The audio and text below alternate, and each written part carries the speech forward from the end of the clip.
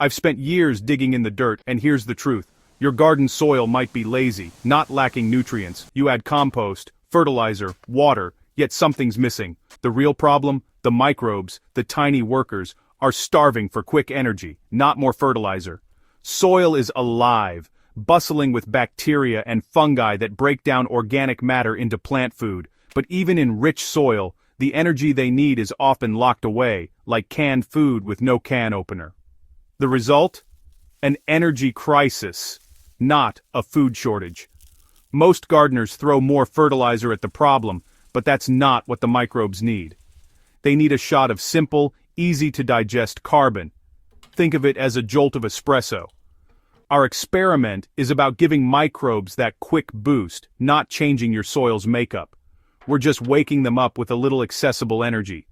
It's a simple idea, but it can transform your soil's productivity. Understanding this is the first step to a thriving garden. So, let's see if your soil is just sleeping on the job. No complicated chemicals, just a wake-up call. Ready to find out what your soil's really missing? Let's get started.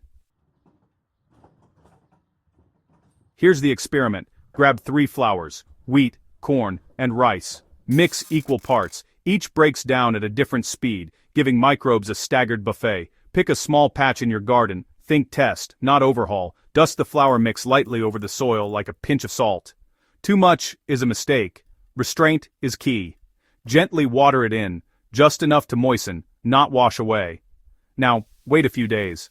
Get close. Look, sniff, observe. Healthy soil smells earthy and sweet. You might see fine white threads, mycelium, spreading. The mulch or compost may break down faster. These are signs your microbes are waking up. This isn't instant magic, but you'll notice subtle changes. The goal: see if your soil responds to a little energy boost. If it does, you've just unlocked a hidden force in your garden. Simple, cheap, and surprisingly effective. Try it on a small scale first. Watch what happens. That's real garden science. What's the science? Flour is just starch, long chains of sugar. For soil microbes, it's instant energy like a candy bar. Dusting flour rings the dinner bell for dormant microbes, powering them up. Remember, flour isn't fertilizer. It doesn't add nutrients. Instead, it energizes microbes to unlock nutrients already in your soil. Compost and organic matter are treasure chests. Microbes are the key. Flour is the spark. Once energized, microbes break down tough materials, releasing plant-available nutrients. This is the soil food web in action, kick-started, not bypassed. Mixing flours feeds a diverse crew: rice for quick energy, corn for a slow burn. A blend encourages a resilient, balanced microbial community. You're not feeding plants directly, you're empowering the underground workforce. The result? Healthier soil, stronger plants.